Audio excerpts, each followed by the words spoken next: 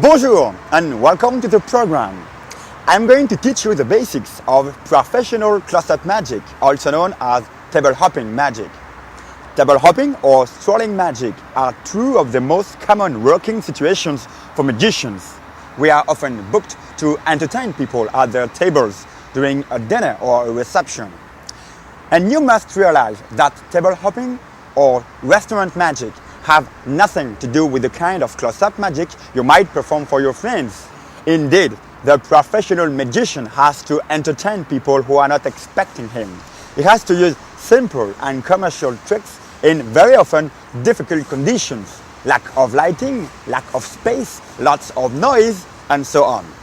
That's why most of the tricks you're going to learn don't last more than 2 minutes and use the table surface as little as possible. They have been carefully refined and simplified through experience to get a maximum impact in a minimum amount of time.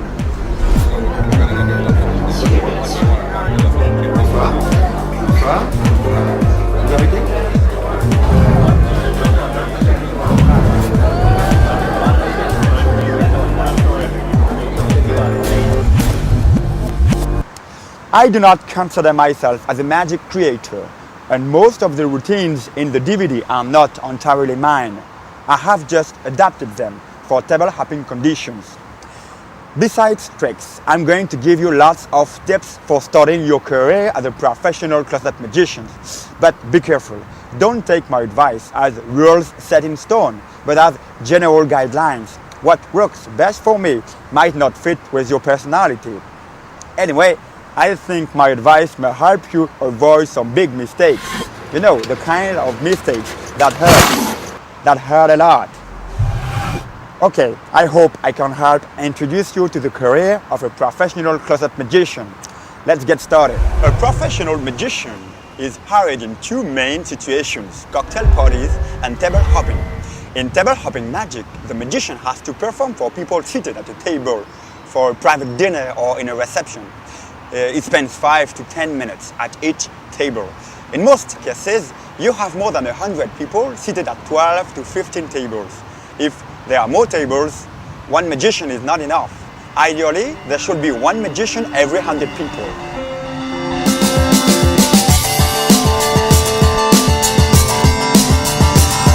On the other hand, in strolling magic conditions, both the magician and spectators are standing up, having drinks.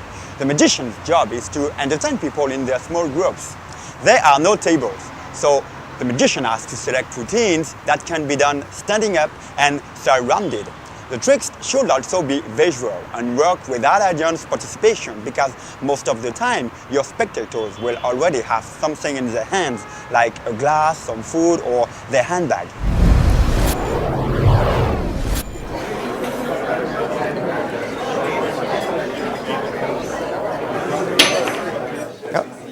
I'm sorry, I think it's yours? No. Maybe it's yours? No.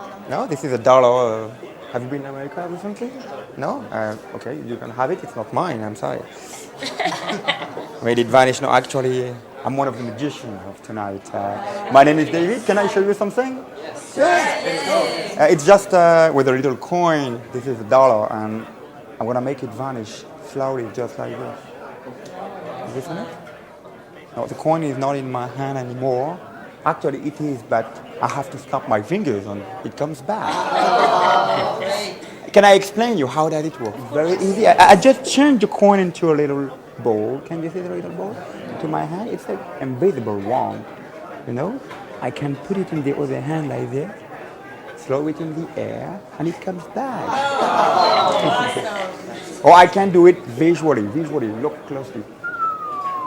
Ding! Now, actually, you know how to save money. To save money and to get money, you just have to know how to range it. And the more you range, the more you get. You want it? Okay.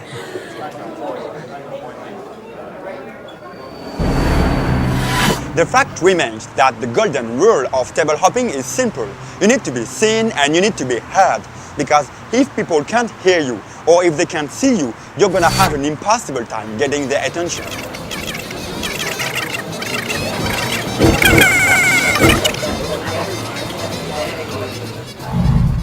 In professional conditions, the background noise is often too loud for people to hear everything you have to say. So don't hesitate to speak louder so that the whole table can hear you without any trouble. A little trick I often use is to speak to the person seated farthest from me. If she can hear me and answers my questions, I know that the others can hear me too.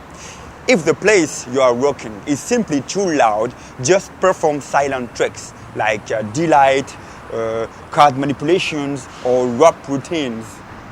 A little trick with making use ropes. So you can have a look if it's a regular pack of cards. We won't use it. You won't have a look to the. No, we won't use them anymore. So these are ropes, and I'm gonna do something making use the rope like this. I'm gonna do a knot onto it like this. Look, at the middle like that. Okay. And now I'm gonna use a pair of fingers, but they cut. About the same. So now we do have two ropes. The problem is that there is a little one and a large one, right? So maybe I could do something for them. Look, I could make them similar, like this. They could look similar, no? Aren't they? Not really. Okay, maybe I should do like this. It's much better. Yeah, it's much better now. Now we have two ropes, but maybe it's a bit confused, so I'm gonna do it from the beginning like this, with only one rope and two ends. Talking about the ends, look, I can bite them off like this. You know? That means that now we have a rope without ends and two ends without rope.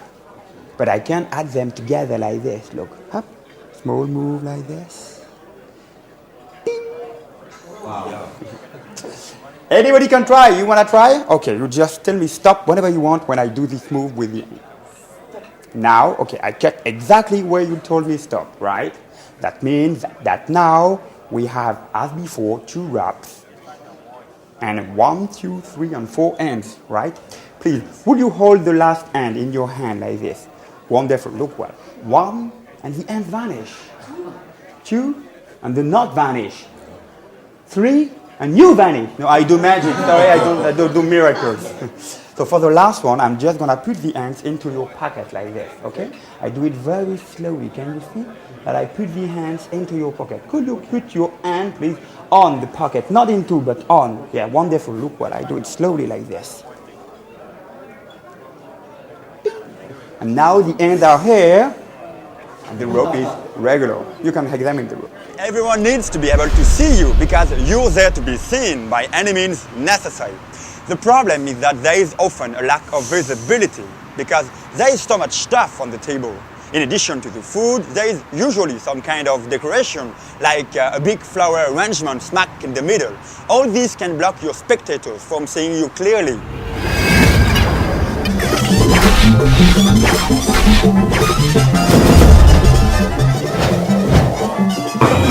the best solution is to perform routines that don't need a table at all. Only use the tabletop if you have no other choice, because the bottles, plates will keep spectators from seeing your magic. So it is best to try to verticalize each and every trick, which means keeping your hands at chest level while doing magic. In practice, you can use the tabletop, but only once you know you already have your audience's attention. Yeah, would you mind to tell me stop? Whatever you want to say, stop. Stop. This one? Yeah. Okay, have it. Show it to all your friends but me. I'm not looking, right? You like it? Yeah. Yeah, you like it? Great. Now, watch that. I'm just gonna lost it about the middle of the deck, slowly. And if I do just a simple tap, yes. Now, your card is going on the top. That's it? Is that?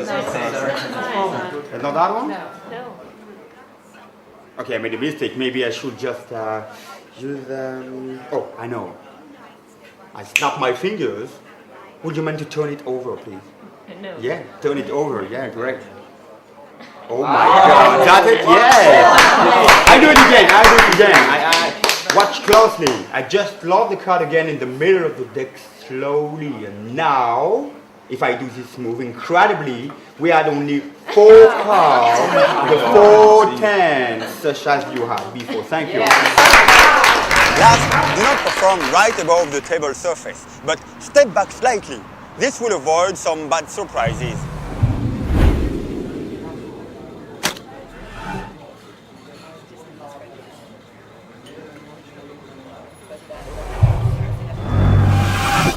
As I'm sure you understood, your tricks must be visual.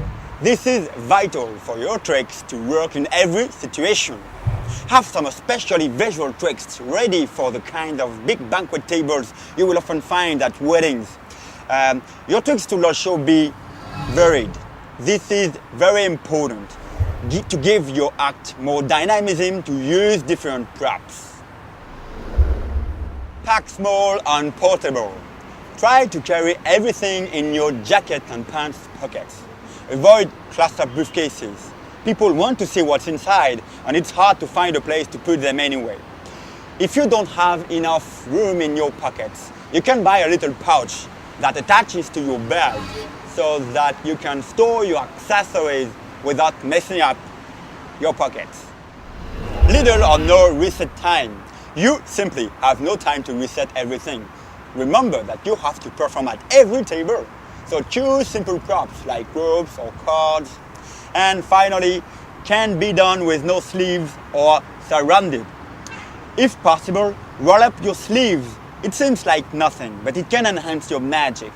To prevent your sleeves from rolling down, you can make an elastic band for each arm to hold them in place. Well, now I'm gonna show you something a bit different, making use 3 coins. And would you mind to open your hand, please? I'm gonna give you the coins to you because you have no sleeves, okay? And my sleeves are regular. You can have a look if you want. They're natural sleeve, okay? So it allows me to show you my hands empty. I have 3 coins, and each coin is going to fly from this hand to that one in one move like this. Have you seen it? Okay, I do it again. 1, 2, so 2 coins there on 1 coin here, okay? I do it slowly. Have you seen it? The coin fly. No. For the last one, I'd like you to close your hand like this. Close your hand. Wonderful. Watch the coin. 1, 2, 3. Have you seen it? It vanishes. And it went over there, maybe in your hand. Open your hand. You get the 3 coins now. I made a mistake. Did you get it? No? Oh my God, the coin flew by that way and arrived under your watch. Look at your watch. Under. That's it, right? Personally, I work with 2 separate routines, each one composed of different tricks, with none of the tricks lasting more than 2 minutes. I usually perform my favorite routine at each table, but if people have been watching me at other tables, then I can do the second one for them. Furthermore, if the tables are too close together, I can alternate my routines, maintaining the surprise effect for everyone. I also use my body as a screen to hide my routines from other tables. They can't see what I'm doing, but can hear the reactions I'm getting. Another option, if the tables are too close together, is to perform for 2 tables at once, getting them to play off each other with an interactive trick, like a 3-card Monty, for example. I'm gonna teach you how not to lose money. Okay. That's interesting, right? Now I'm gonna explain you the famous 3-card Monty. You know this game? Actually, it's not a game, it's a crook. You should never play. We have 3 cards and 1 black, and you have to find where the black is. Okay? So I do it again slowly. I'd like to do it with Natalie. Natalie, would you mind to try to find the black one? Okay? Like this. Where the black? Where is the black? This one? Yeah. Would you mind to bet some money? Yeah, you do? Oh, you're right. Wow. Great. We do it again, okay? We have a red one, and a black one. Now, Sandra, we do it again with you. Okay. Where is the black one? Please. This one? This one? Yeah. Not that one? This one? No, I think it's No, oh man, no. That one? No, not that one too. No, it was in the middle. Actually, we can do it with one hand. I showed you.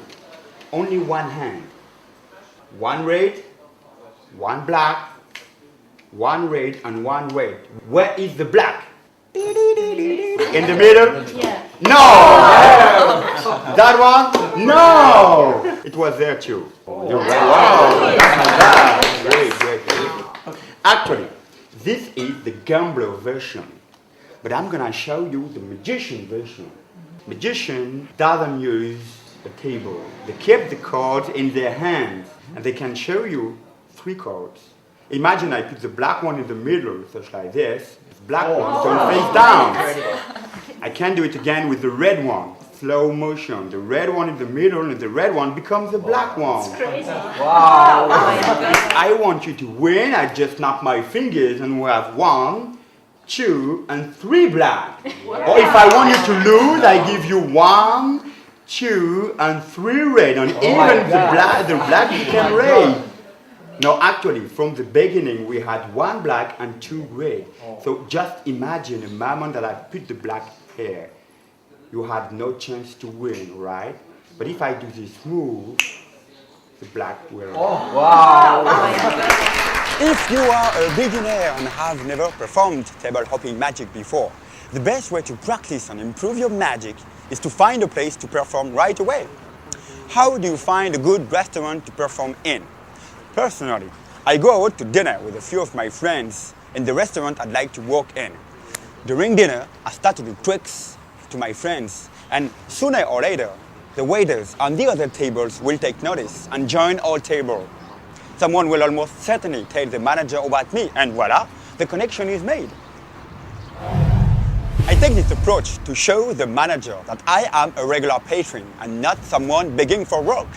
Once I've done some tricks for the manager, I casually offer my services, but usually he asks me first. Finding a restaurant to perform in will allow you to improve your magic, your performing style, and to find other gigs. Nous sommes à la table d'à côté.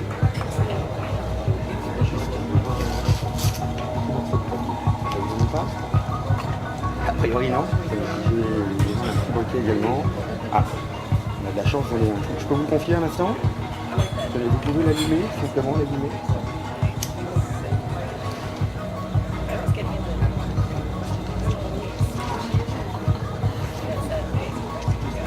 Et pour vous? Before arriving in the venue, inform yourself about the attire of the evening. No need to wear tux if you are working in the pizzeria. Personally, I have 2 different outfits, with one classier than the other. This permits me to adapt to any situation, and if I ever get something spilled on me, I'm happy for a change of clothes.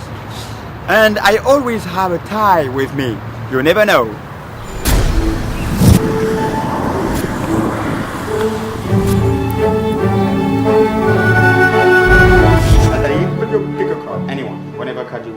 get it, you take it, and you show it to all your friends but me. Okay? Have they seen it? Right? You saw it too? Yeah. Wonderful. I show it again. Okay. Now I'm just gonna shuffle the deck like this, and I'm gonna make you a magician. You're gonna become a magician. Could you hold your hand like this? Can you feel something? No. And now you feel something. Yeah. Okay. Could you put your hand like this? Yeah. Wonderful. Could you hold it like this?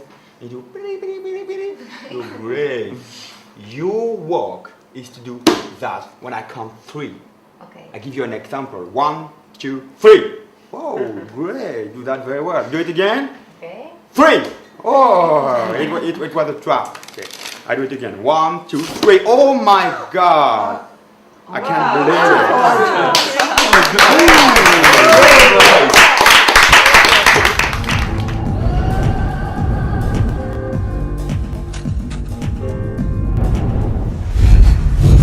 When you're hired for a professional close-up job, the best thing to do is to arrive well in advance. This will allow you to locate your employer and introduce yourself. He may be too busy during the evening to talk to you again. Get to know the space and the way the tables are laid out, and find a place to safely store your props. People don't usually think of reserving a dressing room for magicians, and you will often need to work something out on the spot.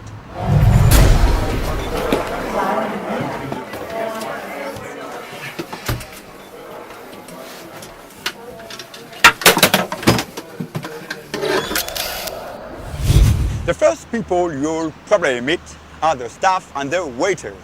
It's very important to make friends with them right away. Be especially nice and considerate with the waiters. Try to view things from the perspective you will be most likely in their way for most of the evening.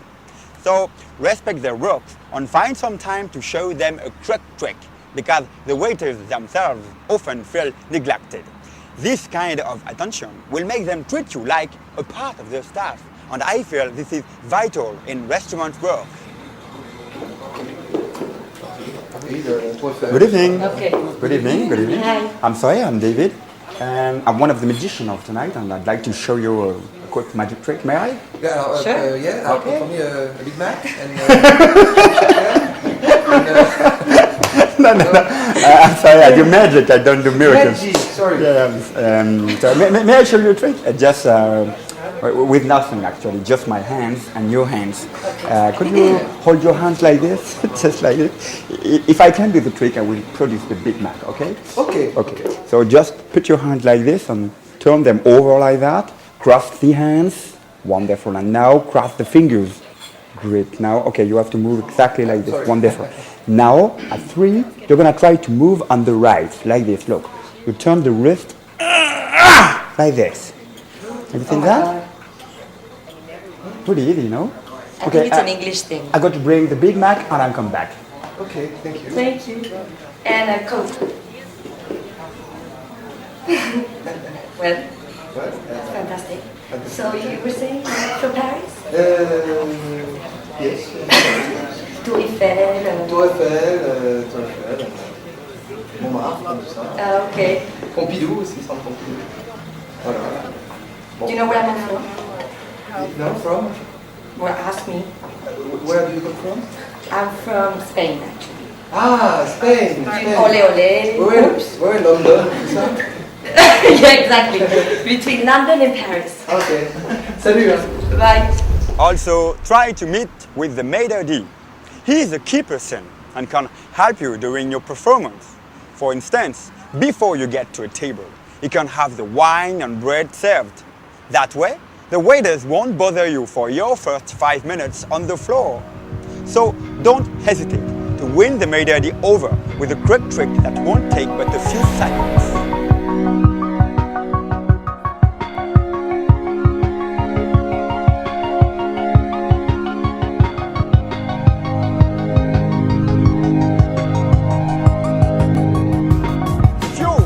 With another magician, try to split the tables fairly, but avoid working side by side. If you're at a cocktail, work in different rooms or far apart from each other. First, this prevents the reactions of your spectators from bugging your colleague. And more important, by spreading out, you can fill the whole room with applause and demonstrating to your client that everyone is being entertained is the most important thing. If people know that there is a magician performing, your first contact with them will be much easier. So you can use a short announcement at the microphone after a speech or during a cocktail. You can use a short performance on stage, like that everyone will see you, knows who you are and what you're there to do. Well, now I'm gonna show you something, but I'd like to do it with you. I'm sure you must be a gambler, aren't you? You're a gambler. You're gambling. No. You don't play cards? No, only a gambler gets some cards like this. You're a gambler. No, all right, that's good. I'm playing poker and some things. Can I use them? Yeah? Okay. Look, I'm gonna show you how magicians cheat. Actually, they don't keep the card into the jacket. No, they produce the cards from nowhere. Aha. And we can produce them one by one. Look, one by one. One by, sorry, more. Actually, do you want more? Yes. No problem. You want again more? Yes. No problem. Really more? Okay, I have to stop because after I can't put them back into the pack. So I have to make them vanish to come back. And do you know how that it works? This is really simple. I only use one card, maybe that one actually, and watch closely. These cards can make all the cards vanish, all the cards except.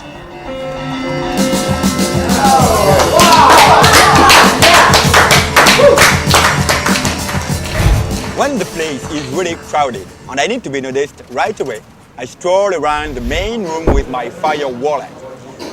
I also use the Rocky Raccoon, you know that little fur animal David Williamson made popular. Ladies and kids just love it. These techniques are just the first step toward people. They allow me to relax and pinpoint the groups of people that look especially nice and good to start with. Once you get a sense for the lay of the land, when and how do you visit each table? In cocktail party, you can come up to people at almost any time. On the other hand, in table hopping, you are dependent on the length of the dinner. I mean, if the dinner lasts 2 hours, you only have 2 hours to perform for everybody, and you must also take other factors into account. Speeches, other entertainers, time permitting, always avoid performing while people are eating. It is much better to perform between two courses. Now I'm gonna use something with the purse, okay? And into the purse there are coins. Wait. No. But this purse is very important to me, so I'd like you to have a close look at the purse, okay? Do not blink, do not blast it with your eyes. Great. And may I use your glass? Okay. Of course. It's an empty one, of course, it's a water glass, so. Okay, $3, and I'm gonna try to make each dollar fly from my hand to the glass. Only two now.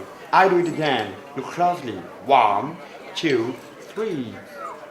I will say only two, only one now. So now, for the last one. Do not blink. 1, 2, 3. Oh,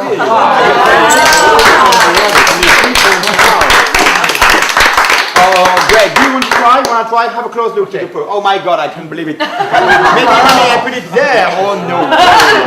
Do you know how does it work? It's very easy. Actually, when I do the coin vanish like this, I use what magician name misdirection. Misdirection is when something happens and you do not have time to see it. I show you, if I put the coin into my pocket, it comes back here. I can do it with the purse. Wow! And then to the purse, there is the coin. Thank you. Thank you.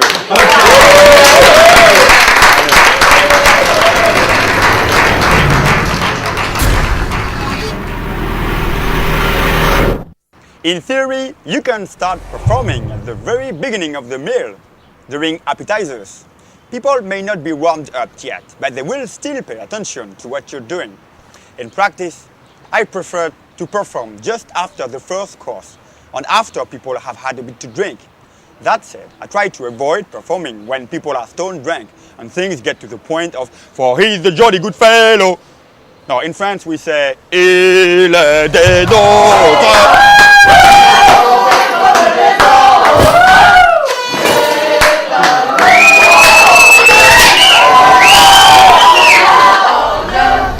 One last thing. In the restaurant, it is better to avoid performing at the very end of the meal. I mean, during the dessert, for example.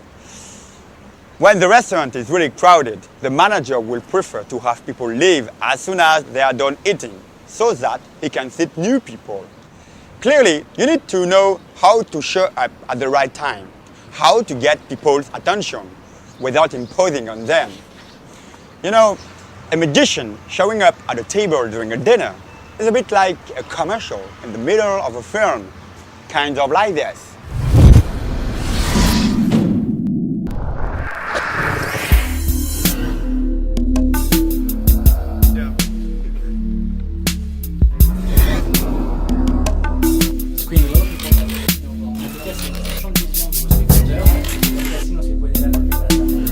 Changer un tout petit peu ce que les gens ont l'habitude de voir.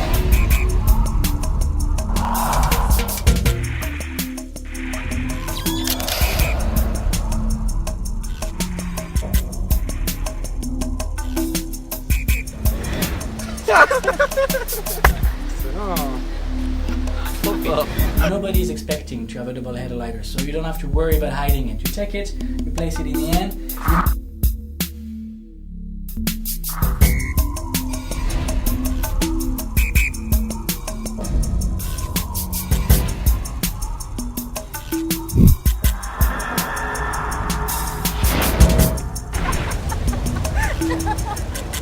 Es alucinante. At last, it's time to spring into action. You're going to start with table hopping or strolling magic. So a little breath mint and you're off. So then, are you agree to say with me that I can't guess which card you could choose right now? You know what I mean? I can't guess this. So could you just point any card, the one you want? This one. This one? The 7? 7. 7 of heart? Yeah. Okay, look, I just put it about the middle like this, right?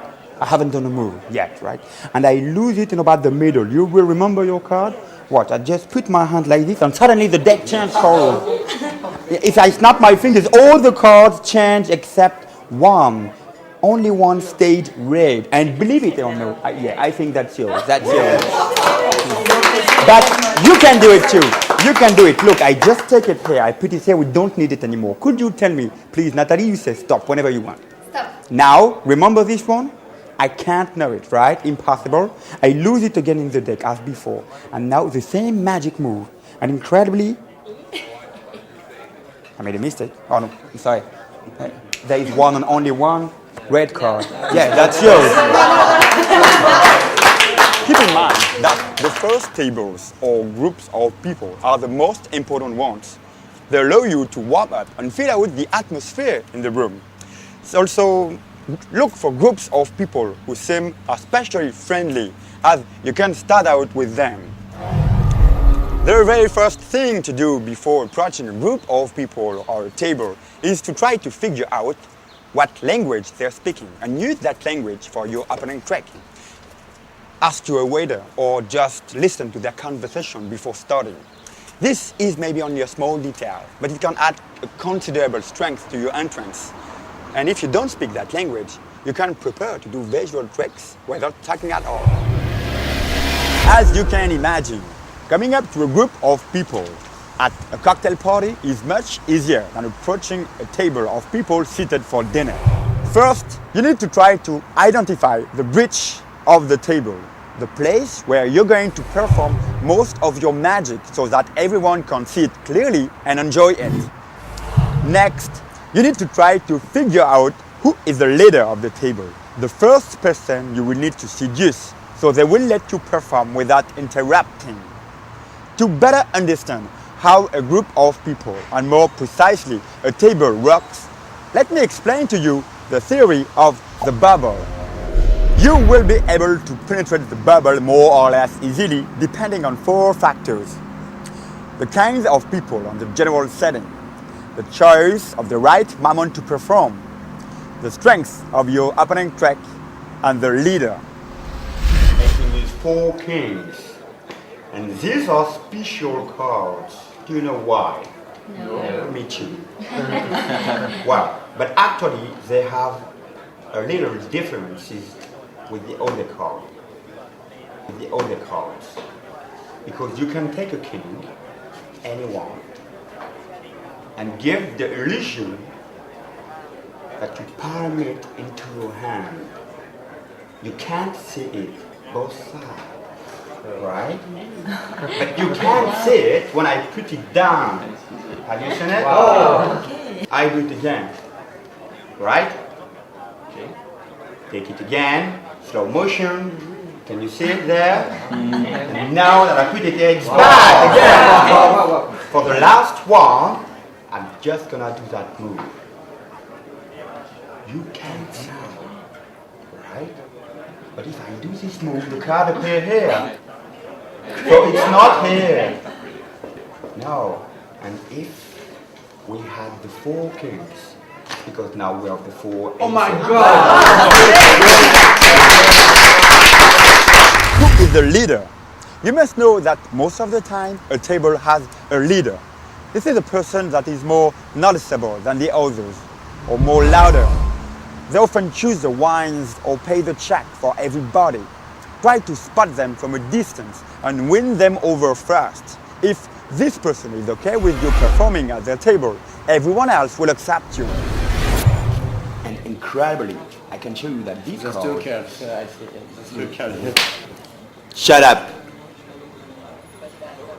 Only your own experience in the field will teach you how to deal with the leader. I can say that the nicer you are, the more confident you'll be, the less risk you will run of being rejected. If you feel that the leader might refuse you and there is a child at the table, start performing for the child.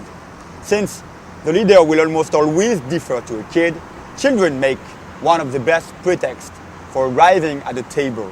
And a simple sponge ball routine is enough to excite them. Can you see that? Look. This is a magic ball. Have you seen it? It's a little magic ball. Look, I'm gonna try to make it appear slowly. Look slowly. Can you see it? It's a little orange ball. Have you seen that? And not only it's a magic ball, it also is a flying ball. Look, I put it in my hand and the ball vanished and right under my elbow. Have you seen it? No, I do it again, Look. Can you see this one? No, this one is not the beautiful one. There is another one here. No, that one. Oh, that one. Perfect. I love it. Look, it's exactly the same. Look, I'm gonna do something with them. Look, one in this hand, one in that one. A small magic move and the ball fly. I do it again. Same. One in this hand, one in that one. And fly again. But you can do the magic too. Open your hand, please. Yeah, wonderful. One for me, one for you. Keep it in your hand closely, close tight. 1, 2, 3. Open your hand, you get the 2 balls. Oh my God. You are a real magician. Wonderful. But there are not always children at tables. And it's not always easy to work your way into a group of people you don't know. That's why you need to pay special attention to choosing your opening trick. You only have a few seconds to prove that you are, without a doubt, the best magician they have ever seen. In their mind, you should be able to do anything.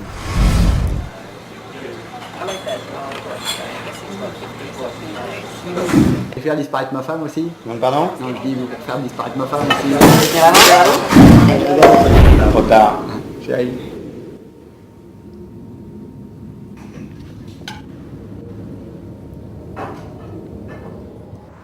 Your opening trick is a key element of your act.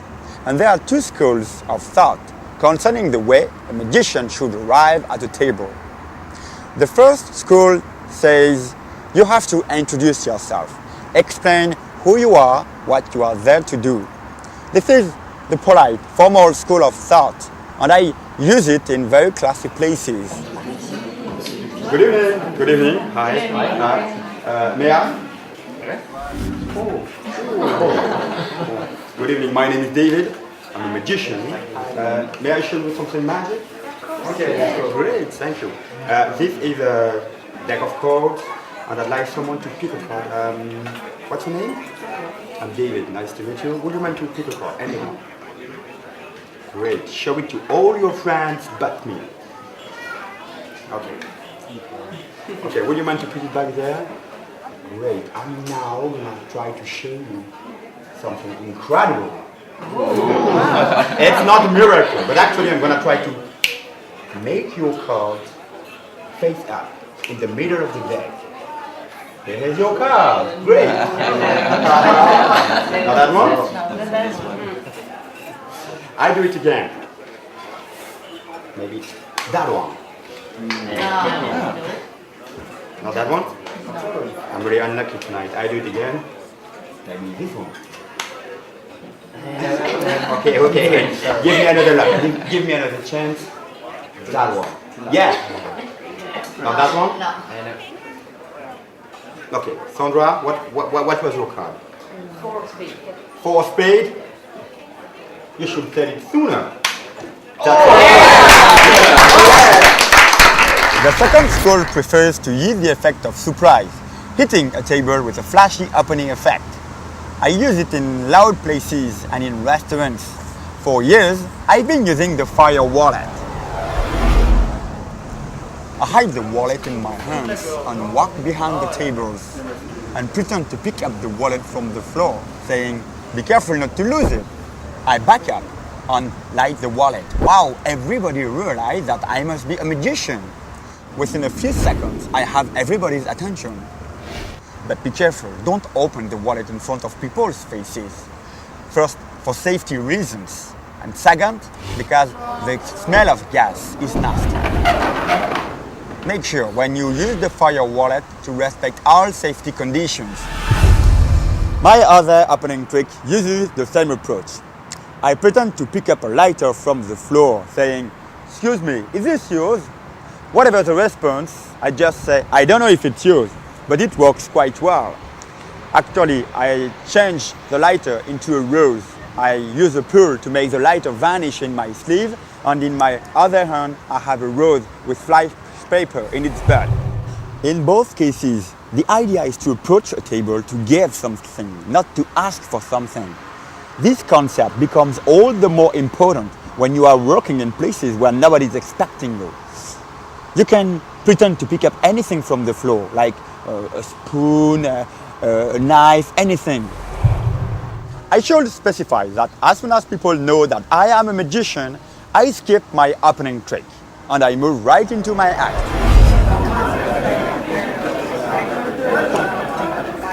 So, are you having a good time? Yes, yeah, you enjoy it? Oh, can I show you something? May I use it? Okay. I'm going to do something with the napkin. Okay. I'm going to fold it like this, in that way. And I'm going to use also a straw. Can I take the straw here? Yeah, okay. Does it remember you anything? Okay, and I take the straw. This is a magic one. Okay, actually, you don't know why, and I'm going to show you why after. And I'm going to use a pair of scissors. That's the big one. The guy is over. Okay, the guy left. Can you get it? Watch closely.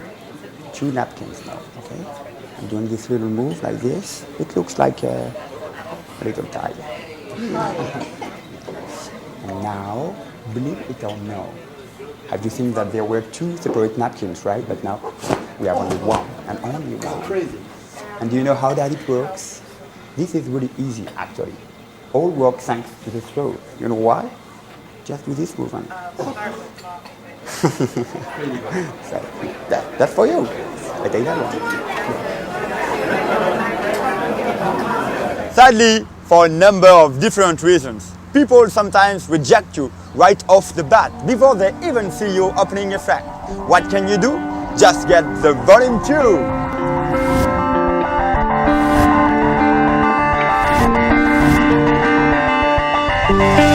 No, I'm kidding. So, I was saying, what can you do when people don't accept you at the table?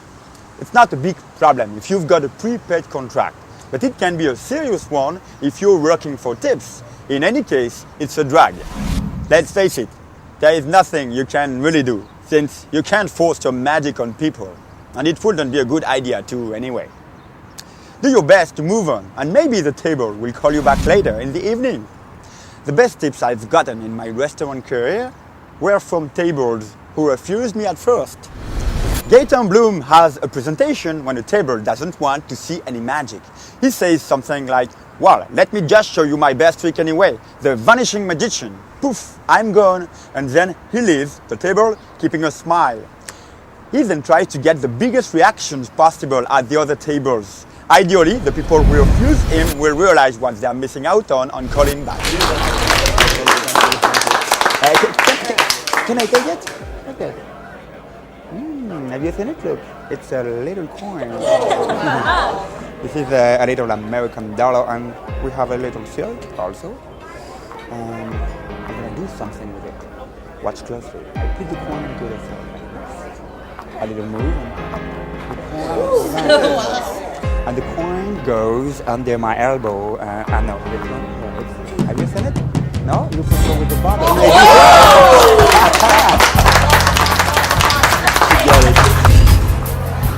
Sometimes, someone at the table turns you down without asking the others. He simply doesn't care that other people might like to see some magic. When this happens, I just say something like, oh, I see, you are making decisions for everybody else. Maybe it's because you're paying for everyone else. And generally speaking, his companions are thrilled by the suggestion. So before moving on, I always try to establish eye contact with someone else at the table. Sometimes this person asks to see me perform. But even if I do get permission to perform at their table, it's not uncommon for the person who initially refused me to remain hostile. In this case, the key word is self-control. Bouteille. Tu l'as vu arriver? Celle-là, tu l'as vu arriver?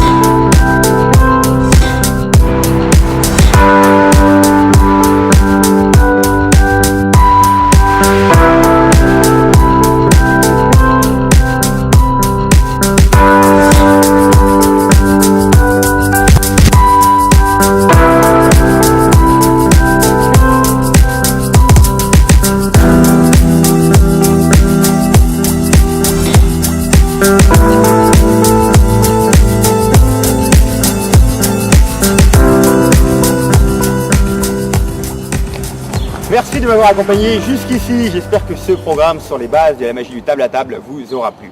Je pense que vous allez néanmoins mettre moins de temps que moi pour acquérir les bases nécessaires à la magie du restaurant, car vous avez eu en un seul DVD le concentré de 10 ans de travail et d'expérience sur le terrain. 10 ans d'ailleurs, c'est à peu près l'âge de mon fils, Byron, qui est juste derrière. Et à ce propos, j'aimerais m'adresser à ceux qui ont copié ce DVD ou qui envisagent de le copier. En agissant ainsi, je vais forcément moins bien gagner ma vie. Ah ouais. Et donc peut-être que indirectement, mon fils Byron va en pâtir et aura une enfance un petit peu plus difficile.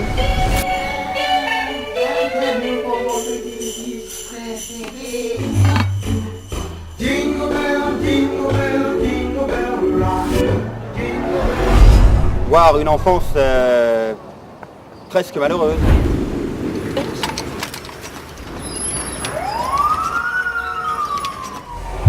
Néanmoins, je ne pense pas que ce soit le cas et que vous avez légitimement acquis ce DVD. Aussi, je vous en remercie. D'ailleurs, Byron aussi vous en remercie. Byron, viens avec moi, mon grand, viens leur dire bonjour. Enfin, au revoir surtout. À bientôt, merci beaucoup. Byron? Byron? Byron?